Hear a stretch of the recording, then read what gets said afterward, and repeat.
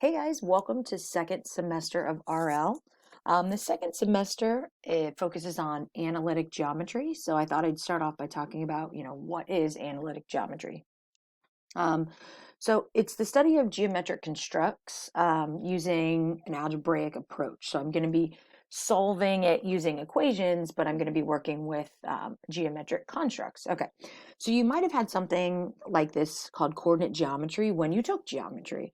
And you probably took figures like rectangles or squares or isosceles triangles, and you were able to prove things about them because you analyzed the actual shapes themselves using algebra. For example, like I said here, you could prove that the diagonals of a rectangle are congruent or the diagonals of a rhombus are perpendicular. That's the idea of analytic geometry. You're analyzing the geometry of a shape. Okay, so most, if not all, of second semester of pre-cal will involve these ideas of geometric concepts and constructs, and we're going to be solving them using an algebraic process. So basically, how do I apply algebra to a geometric relationship?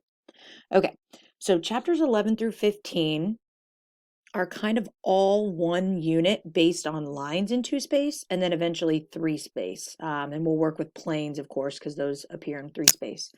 We'll talk about relationships between them. This is something that your parents might have taken when they were in college, discussing this relationship between two space and three space. We'll also get into vectors here. So if you've done anything with physics, you probably have some of that as a background already. And then we'll actually take a moment to look at chapter 16, which is on matrices, because you used to get more of that in Algebra 2, you don't now. So we actually will add in chapter 16 on matrices. And then if we can get to it, 17 and 18, we'll do some more work with spheres and conic sections. And then if we have time, we'll come back to 19, which deals a little bit more with polar coordinates, which is something that we actually did last semester, and working with those graphs. And so that's some kind of fun stuff that we can do at the end of the year. Okay, so again, we're going to be working with 11 through 15, and then we'll go to some of that extra stuff. Just so you guys know, we're going to actually be doing it in this order. We'll be doing 11, then 13, and then 12, and then 14, and then 15. You might be wondering, well, why are we doing it that way? 11 and 13 both deal with properties that are only in two space. And then 12 and 14 expand those to three space. And so it's easiest if we do 11 and 13 and focus just in two space and then grow to three space. So that's our plan. So just so you know, so that'll be a little out of order, but you'll see that in the assignments. All right, so let's take a look. Okay. So we're starting with, again, how do we take things that are geometric and use an algebraic process to talk about them? Okay, so remember the distance formula. You guys know that. If you have 2 points, we can plot them. So here's my 2 points. Whenever I use sub-0, I mean initial, and then x sub 1, y sub 1 is my next point. We can plot them, and we can find their distance by just using Pythagorean theorem.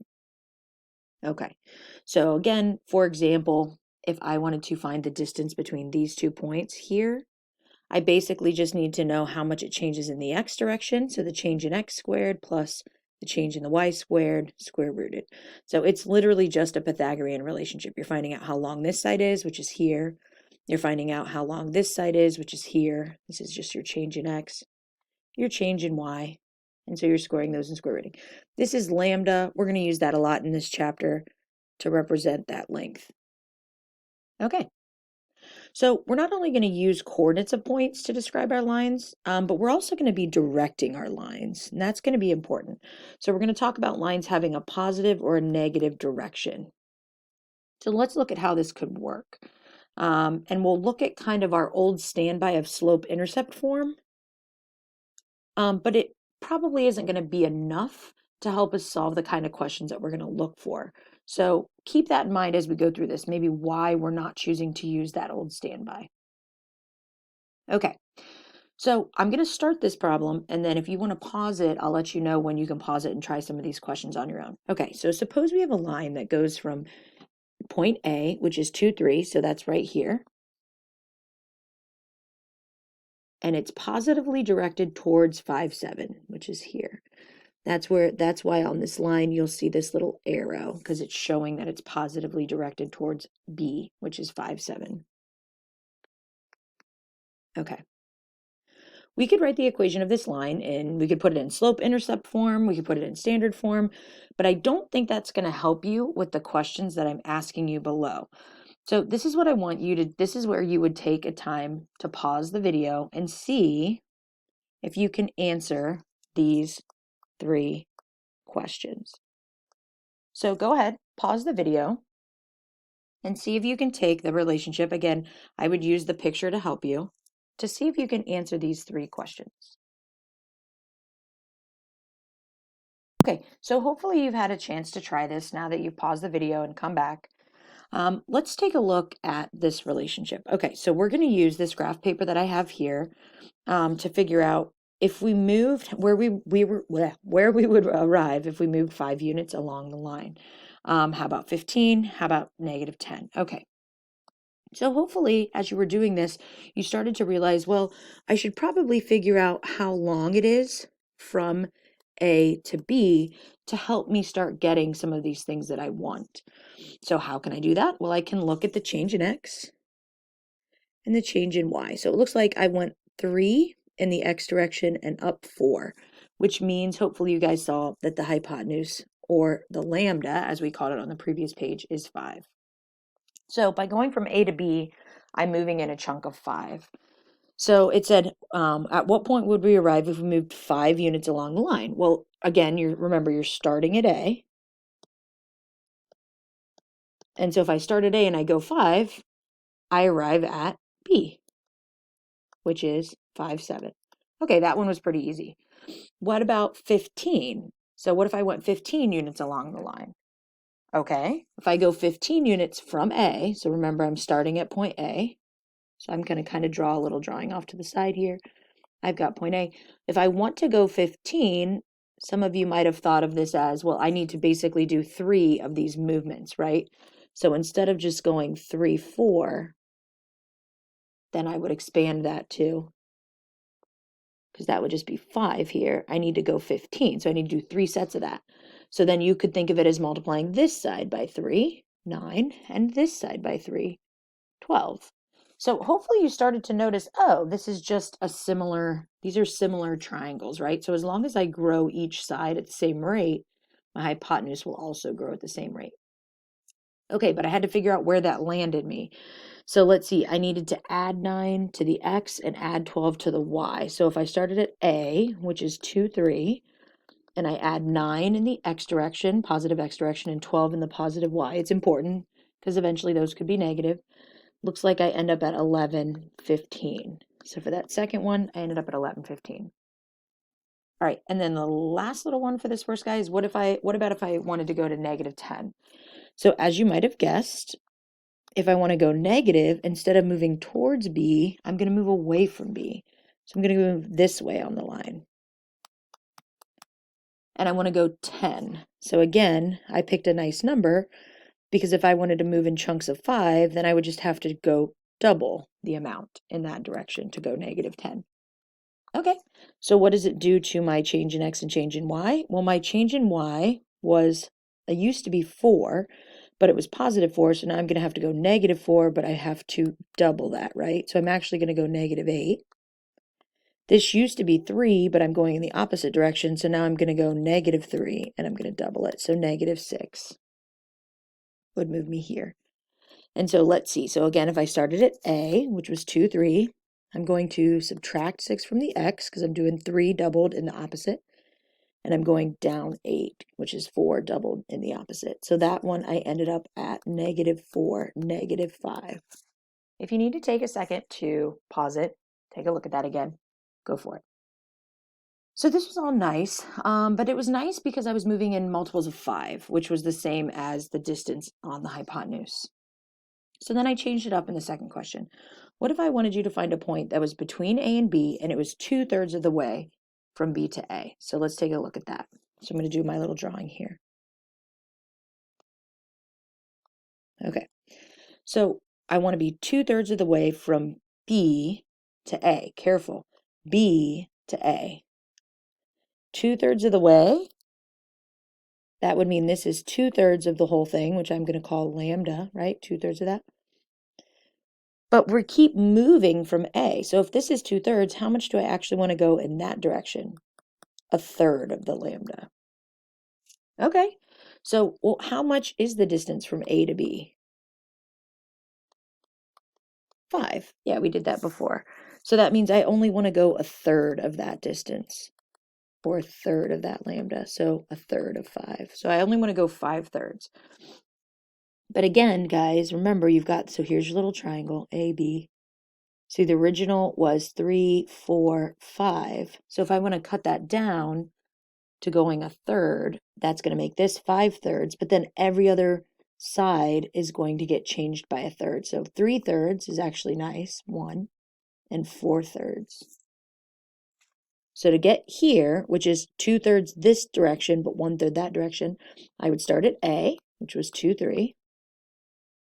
And then I'm going to add 3/3 in the X direction and 4/3 in the Y direction. So yeah, I'm going to have to use a little extra math here. So I can change this into thirds. And so I end up with 13/3. Okay. What if I asked for the coordinates of all the points that are 5 times as far from B as they are from A? On the line, of course. I should throw that in there. What if I asked for the coordinates of all of the points that are 5 times as far from B as they are from A? This is a little tricky.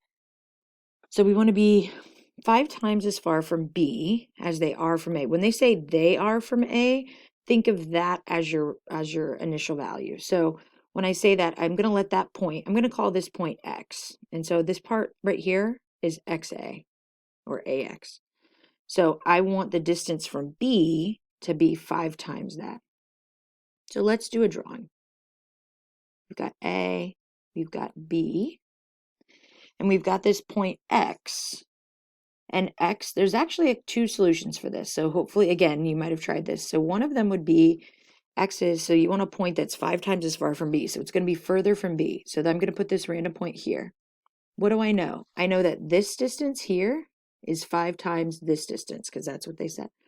So I'm going to call this 5x, 5 little x, and x, because this part is 5 times the distance from A to X. Okay, well then let's think about this, guys. The whole thing is how many x? X plus 5x, 6x. But that's also lambda. That's also the distance from A to B, right? It's also lambda. So how do I figure out how far I should go on the line? Well, I need to go 1/6. Well, I could divide it by 6, 1/6. So I want to go 1/6 of that distance from A to B.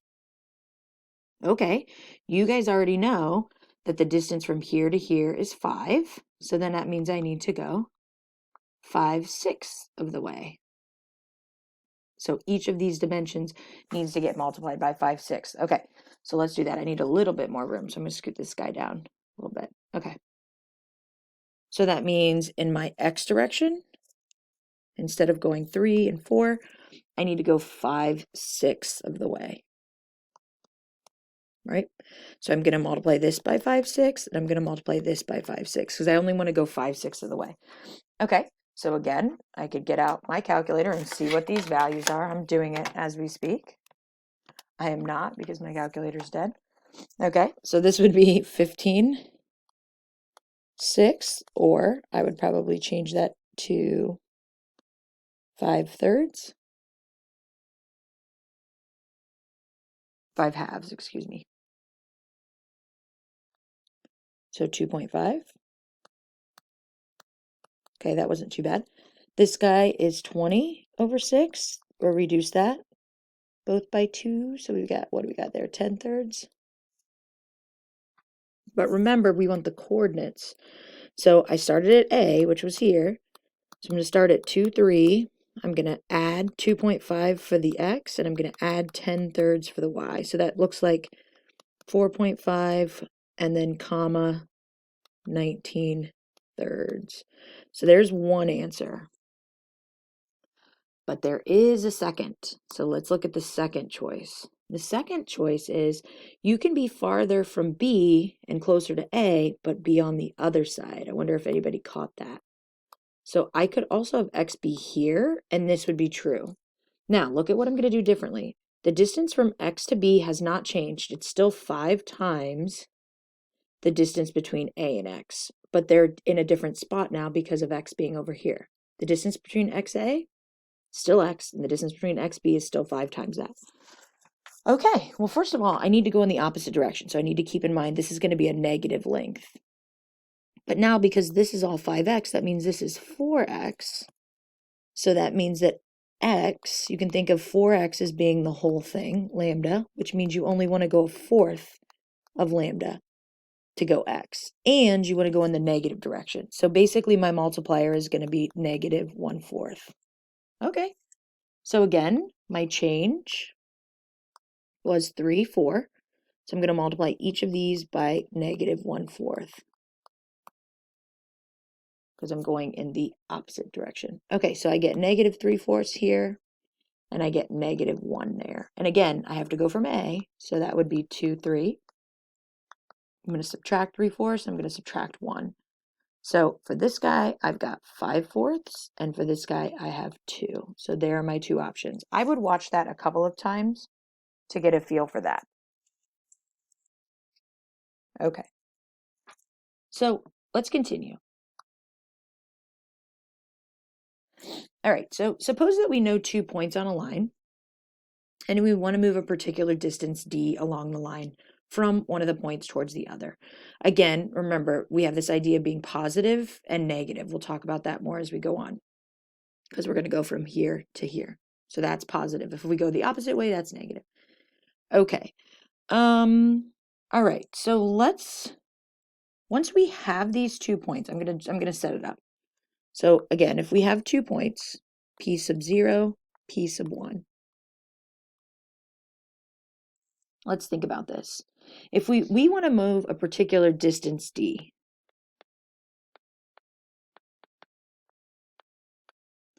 along the line, what would we need to know to be able to figure this out? Well, we know that we can figure this distance out. This distance is lambda, but lambda might not be how much we want to go, right? We also know from the previous questions that it's probably pretty darn important to know how much the original change in x is and how much the original change in y is, because then we can figure out like how to shrink our triangle down, right? Okay. So what would be, if we're going to shrink our triangle down, it would be easiest, like in the previous example, this length was 5. If we shrink our triangle down to something that's useful, it can be easy to make it as big as we want. So what could we shrink the hypotenuse down to that would make it easy to multiply and make it bigger? We're going to shrink it down to 1. So again, I'm going to use the previous example real quick as a picture. If the hypotenuse is 5, if we shrink this triangle down to 1, what happens? Let me actually make it a little bit bigger. If we shrink that triangle down to a hypotenuse of 1, then we can see how much we move in each direction. So I think this one was 3, so 3/5, because I'd have to divide by 5, because that's how I got down to 1. I'd have to divide this side by 5, 4/5. If I shrink this down to 1, a triangle of 1, then think about it. You can make this hypotenuse as big as you want. So like if I want to make it 7, I could multiply this triangle now by 7. If I wanted to make the hypotenuse root 15, I could multiply this by root 15. Okay, so we need to get each of these directions down to a unit movement of 1. And we did that by dividing by the hypotenuse. So that is our plan here. Let me see if I've got that. Yep. So we're going to divide each of these sections by the hypotenuse, and that will give us this new little guy with a hypotenuse of 1. So this will be change in x over lambda. This is going to shrink that side down, and then this will be change in y over lambda. Okay. All right. We'll talk about doing this in 3 space when we get there. But again, that lambda is going to be really important. Okay. Remember that anything in the direction of the line is considered moving positive. So if I head in the direction from the initial point to the second, this is considered positive. If I want to head the opposite direction, that would be considered negative. Plugging in negative values. Okay. All right. So let's put this all together in some sort of kind of symbolic representation. I kind of did it, but let's try it again. So first of all, we need to know the known distance between the 2 points, which I've been calling lambda, right? Okay. If we want to figure out how far we go from the original point,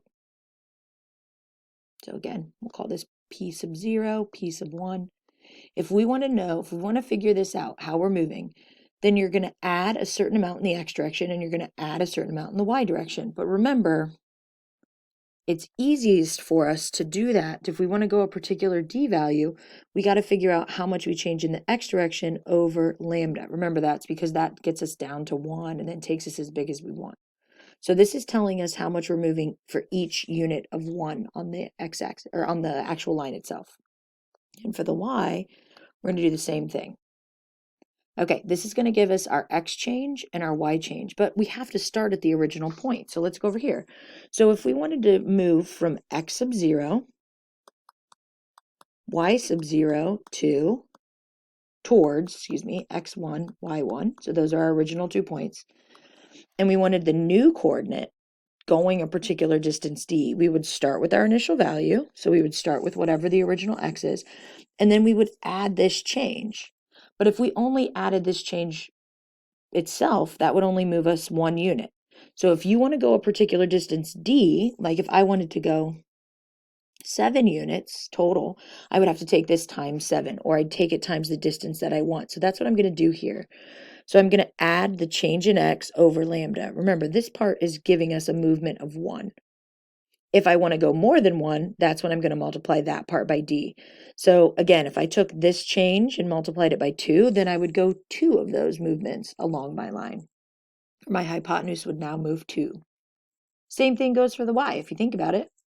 If I want to know how much the y moves, I'm going to start with the original y coordinate, y sub 0. I'm going to add how much the y changes per the original distance, lambda. And then depending on how much I want to go, d, I'll multiply by that. Okay. So here, these are my different ways of doing this.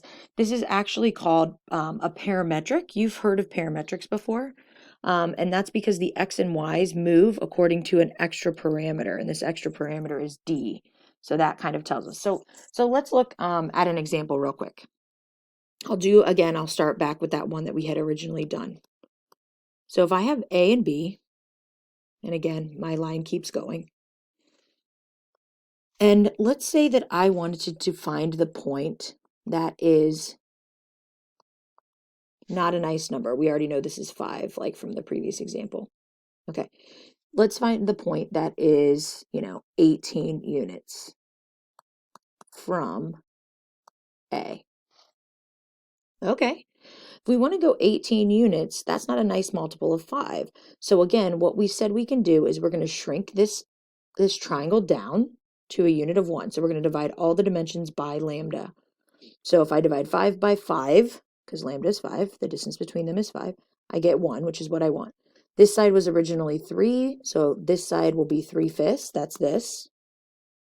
And this side was originally 4, now that'll be 4/5. But remember, you want to actually end up going 18, so that's why you're going to take 3/5 and then multiply it by 18. Remember, each 3/5 moves you 1 on the line. Right? And so then I get, what do I have here? 54/5. And for the y, I'm going to go 4/5. And then again, that's moving 1, but I want to move 18. So I'm going to take that times 18. And so I end up with, 72/5. But remember, guys, this is how much you're changing, which is why you have to add it to the original points. So that's where I'm getting this. So if I wanted the new coordinates, I would say, okay, well, my x is going to be what I started with, which is a, which was 2. And then I'm going to add this 3/5 movement times 18, which is really 2 plus 54/5, or 64/5. For the y, I started at the y value of a, which was 3. And I went 4/5, 18 times, because I was doing 18 units. So then I have this 3 plus this 72/5. And so that ends up being, 87/5. I'm doing this in my head. So there are your new coordinates, because that's important that you have the coordinates. So you can absolutely change these to decimals, but there's me showing you kind of how that worked. Okay. So again, D is your parameter, because D is telling you how long you want to go. Now, what if I wanted to, I'm going to use that same drawing.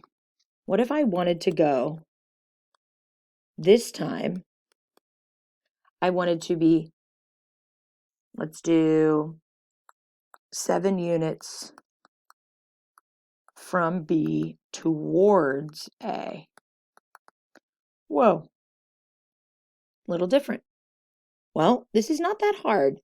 This time you're going to go from A towards B, but the good news is your lambda, we already know that is still 5. So you can still use that. You're just going to have to pay attention to the change in x's and change in y's, or think of them as being negative. So if I want to switch from going from B to A, now I'm going to go down 4 and then left 3. So keep that in mind because I'm going this way instead of the other way. Okay, so my x value, first of all, I'm starting at B, and I believe that B was 5, 7. So my x will start at 5, my y will start at 7. I want to go a total of 7 units. So I'm going to take my units, which are my x changes by, let's see, my x is this side. So my x is going to change by down 3 for every lambda. My y is going down 4 for every lambda, because, right, we have to scale this down to 1. And then you're going to multiply by how far you want to go. In this case, 7. So, for example, on the top one, I've got 5 minus 21 fifths. So that's 25 minus 21, or 4 fifths for the x coordinate.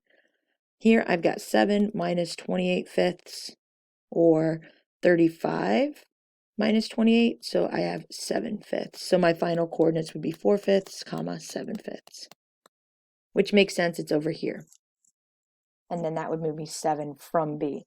So sometimes if you're changing which one you're using, you might change the initial point. That's it. You just got to kind of change that. And then obviously, because I'm going from B to A, I had to go in the opposite direction.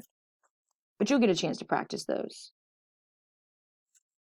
Okay, you can actually develop these relationships by setting up your proportions, because you know how we were doing similar triangles, guys? I already talked about this, but I'll just show it to you here.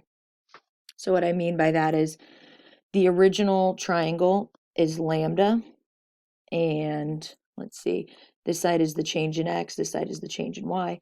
So what we're saying is, like, this ratio of this side to this side, which is here, I wrote it as x1 minus x0, but same idea.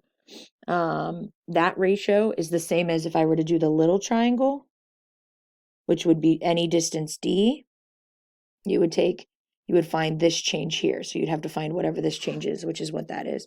And then you can just cross multiply. Like, this is me just showing you. You don't have to memorize this, but this is me showing you if I cross multiplied and solved, I could get the same thing. Now, in this particular one, I did write this as change in x. When I gave you the original problem, it's technically the old x value minus the new, like you're finding how long this side is, and this one is change in y, but same idea. Okay, so these are, again, parametric equations for a line, and the reason that these are nice is because these equations right here, these parametric equations, allow you to move along a line. So they move you in a particular direction on the line. In fact, specifically in this case, from the original point to the second point. Okay, this is nice because, once again, if I gave you slope-intercept form and said, I want to move 2 units on this line, maybe from the point, I don't know, 0, 5, that would be very difficult for you to do. You can plot various points, but actually moving along the line is very hard to do. You can't do that in slope-intercept. So that's why this parametric is nice, because this allows us to move along the line. Okay, so just to bring some things together, make sure that you realize that these parts of those equations, this guy and this guy, which again I had done as change in x over lambda and change in y over lambda, this is telling us how much you move horizontally and vertically. So I think it's really important to realize that this is telling you your horizontal change for each 1 unit on the line, right? Because that when we divide by lambda, that's why we get it down to just a unit of 1 on the line. And this is giving you the vertical change for each 1 unit on the line. So once again, if you have a line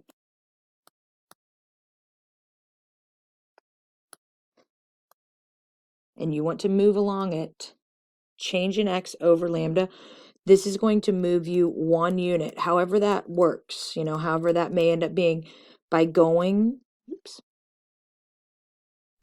your change in y over lambda, you're moving 1 unit on the actual line itself. That's really important to note. Okay, and so then in this last little piece, we also want to look at another way we can relate these fractions, these change in lambdas, or change in x over lambda, to a relationship on angles. So let's look at this line again. Remember that right now this line is directed in this direction because of this is x sub 0, y sub 0 to y sub 1. So we're going to look at 2 different angles that are created. We're going to look at the angle that's created with the positive x-axis in our positively directed line. So positive x-axis is headed this way, and then you have to do the positive direction of your line. So I'm talking about this angle here, not there, because this one would not be headed in the direction of the line. So we have that angle, which we're going to call alpha, and this angle can either end up being acute or obtuse. And what we will notice, and I could go into it further, but I'm not going to go into it today, is that this ends up being that fraction change in x over lambda. It's because of the similar triangles. So if I do if I'm doing the cos of that angle, mostly because this angle is the same as that angle, so that's why it's cosine is adjacent over hypotenuse. Okay, and then we also are going to look at another angle. So this is with the positive x-axis and the positive line. And then we're going to look at the angle created with the positive y-axis always and the positive line. So let's look at that in the actual shape. So here's my positive line that never changes. So I'm going to use that, and I'm going to use the positive y-axis. And so that angle we're going to call beta. That can also be acute or obtuse. And its cosine, we're not going to switch to sine, its cosine relationship ends up being the change in the y value over lambda. And the short version of why that works is that this angle has the same relationship as this to cosine. This is a reference angle, which is the same as this. If you looked at this angle, the adjacent is now the change in y over lambda. So we're going to look at those two, and we're going to look at the relationships that they talk about with that line. So here's a short version of that. So check this out. Okay, so if your alpha is acute, guys, so if your angle is acute, think about it. Cosine of an acute angle always comes out to something positive because you're talking about something in the first quadrant. If your angle is obtuse, so if you take the cosine of something that's obtuse, then you end up with something from 90 to 100, or 180, which is negative. So we can use this to help us tell which direction the line is heading in. So let me show you what I mean. If your line is headed in both a positive x and a positive y direction, look at what happens to your angles that are created. If I were to find the angle with the positive x-axis, check it out. This little angle is acute. If I were to do the angle with the line and the positive y-axis, that angle beta is also acute. Because they're both acute, the cosine of them would both come out positive. And so then you know that you're headed in this positive direction. Kind of like you're headed, it's almost like both of these come out positive. So you're going positive for the x and you're going positive for the y, which makes sense that you're kind of headed in this northeastern direction, right? Okay. Let's look at what happens when they're not both positive. So let's look at what happens if our line is headed in the kind of like, I guess I'd say southwestern, right? So what if it's headed this direction? Well, let's look at what happens to our angles. We're still doing it with the positive x-axis, guys, not the negative. So this angle is now obviously obtuse. And if I do the angle with the line, so here's the line, and the positive y-axis, that's also now obtuse. What did we say? If you take the cosine of something obtuse, you're going to get a negative. So you're headed in the negative for X, negative for Y direction, which makes sense then that you're headed negative, negative. You're headed into that third quadrant. So you're directing it that way. I can also mix and match. You might already kind of see where this is going. Check it out. If my line is headed in towards, if you will, kind of the fourth quadrant, that's because I'm going positive for my X, but negative for my Y. Think about it. Here is your directional cosine for that X value, which is acute, but your Y value, so the line and the positive Y-axis to get to that is now obtuse. So this one will be negative, the Y direction will be negative, but the X direction will be positive. So again, positive for X, negative for Y, you're headed towards that fourth quadrant. Okay, so to bring this all together, we call these directional cosines, and we shortcut them as C1 and C2. So C1 is change in X over lambda, and C2 is the change in Y over lambda, but it's also the cos of the angle with the x-axis, and this one is the cos of the angle with the y-axis. But basically, guys, all I'm telling you is if this comes out positive, you're headed in the positive x. If it comes out negative, you're headed in the negative x. So you can use how big the angles are to help you decide whether you should be moving in like the positive direction for x or y or the negative direction for x or y. Okay. Okay, so before we finish up today, let's do an example so that we can use all the stuff we've learned. So if you want to try this, this is a perfect time to take a look at this and pause it. What I've done is given you 2 points, so I would absolutely graph those. I want you to give me those parametric equations, so the x equals y equals equations in terms of d. And then you're going to find a point on the line that's this far from p sub 0 in the direction of p1. You're going to find a point that's 3/5 of the way, careful, from P1 towards P0, that's different. Where does it intersect the x-axis? And what is the x-coordinate where the y-coordinate is -5? So again, feel free, pause this, try this on your own. Okay, hopefully you paused it and you gave it a try. Let's do it together. So the first thing I would do is do a sketch, just to get a feel for where I am. So I'm at -5, 3 for my first point, and I'm headed towards 2, 0. P1. It's important that I can see where I'm headed. So that's why drawing it and having that arrow to show me my direction is really important. I don't like the black. I'm going to redo it in a color so it's a little bit easier to see. So there's my directed line. Now again, my line keeps going, but it's headed from here to here. Okay, so my parametrics. I'm going to start with x equals and y equals. My x, since I'm using this as my starting position, my starting point is -5 for the x and 3 for the y. Okay. So now I need to know the change in x. So let's see, the change in x from -5 to 2 is +7. The change in y from 3 to 0 is I went down 3. So that's why the graph can also be helpful. So I went down 3. And then remember, we're going to put this over lambda so that we can move as much as we want. So I have to figure out the lambda. So I'm going to just use Pythagorean theorem. So I've got, 3 squared plus 7 squared square rooted. So I get square root of 9 plus 49, which is root 58. Okay, so each of these are going to be over root 58. And then we'll put times d, which is our parameter for how far we might want to move.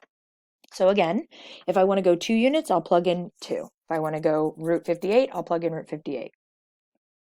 So now this might make sense as to why I put 3 root 58. So I said, let's find a point that is 3 root 58 from P sub 0 in the direction of P1. So that means I do want to go from P1 towards P1 towards P0 towards P1. Okay, this isn't that bad. So that means I want to go, some of you could probably do this without the equation because I chose something so nice. So that basically means I just want to go, my distance is 3 root 58. So I could just plug in 3 root 58 to the equation and solve. So I basically end up going -5 plus 7 times 3 because the root 58's cancel. And here I end up going 3 minus 9. Again, this came out so nice because I was moving in chunks of root 58, which is the lambda. Otherwise, these would not have come out nice. So I get 16 and -6. So my final answer is the point would land me at 16, -6. Okay. If I had chosen like 5, your answer would come out with roots in the answer. Okay, what is the point that's 3/5 of the way from P1 to P0? Okay, so let me do a quick pick. Here's P0, here's P1. But this time we want to go 3/5 of the way from here to here because we're going towards that. But if you go 3/5 of the way this way, that's the same as 2/5 in the direction we already want to go. So I'm going to use the 2/5 instead. That way I don't have to change my equation. Okay, so again, I want to go 2/5 of the length. So I want to go 2/5 of lambda, which means I want to go 2/5 of root 58. I want to go 2/5 of the length. Okay, so then you could go, there are other ways to do this, but then you could use this, plug this guy in. So the distance I want to go is 2/5 of root 58. Again, this is going to be nice because I'm going in chunks of the root 58.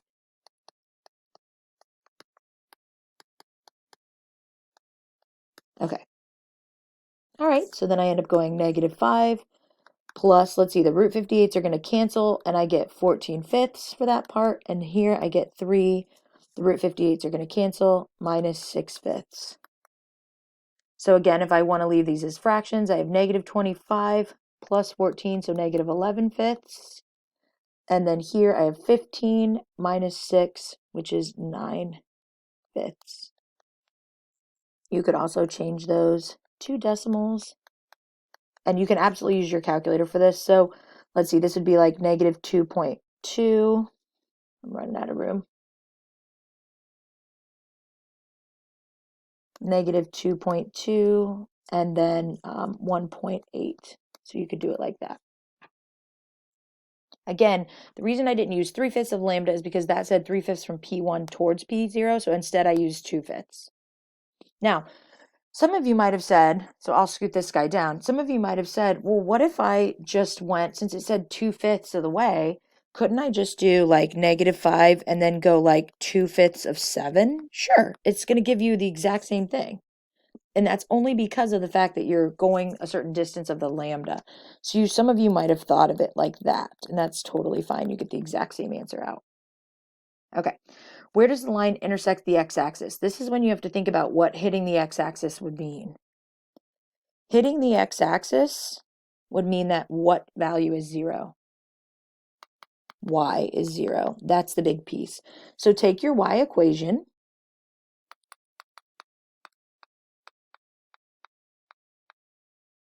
and set it equal to 0. So basically, I knew that the y needed to be 0 to hit the x-axis, and then start solving. So I'm going to subtract my 3. I'm going to multiply by the reciprocal, which is actually nice. So I'm going to multiply by -3 by root 58 over -3, which gives me just root 58. So that means that I need the distance I go to be root 58. Now that we know that, you can plug it into the x. -5 plus 7 over root 58. We now know that to get to y equals 0, we have to go root 58. So this one came out nice. The root 58s are going to cancel. That would make x 2. You could do the same thing for intersecting the y-axis. You would just let x be 0. All right, and what is the x coordinate of the point on the line where the y coordinate is -5? Same idea. You know y is -5, so you're going to use your equation for the y value, 3 minus 3 over root 58. But you're going to plug, you're going to actually say that I want y to be -5. So same thing, I'm going to subtract 3. This one isn't going to be quite as nice because of the fact that I'm using, I don't get, the 3's don't cancel. I'm going to multiply by the reciprocal. And I end up with negative, or actually positive, 8 root 58 over 3 is the distance I need to go. Now remember, that would make the y -5. That's why you then use this in the x equation. So the x equation, let me go back up, was -5 plus 7 over root 58. And the distance we now know that we want to go is 8/3 root 58. Whew. Root 58s are going to cancel. I get -5 plus 56 over 3. Again, you can use your calculator here. Use your math to frac button. My calculator's dead, so I can't. So I'm going to change mine into like fractions. And so I end up with 41 thirds. So my x would have to be 41 thirds to end up at the -5. Again, I could switch it. I could have given you what the x coordinate should be, and you could give me the y coordinate. Okay? All right. So you hung in there. It was a long video. You did great. You'll be working with this in class, and we'll talk then.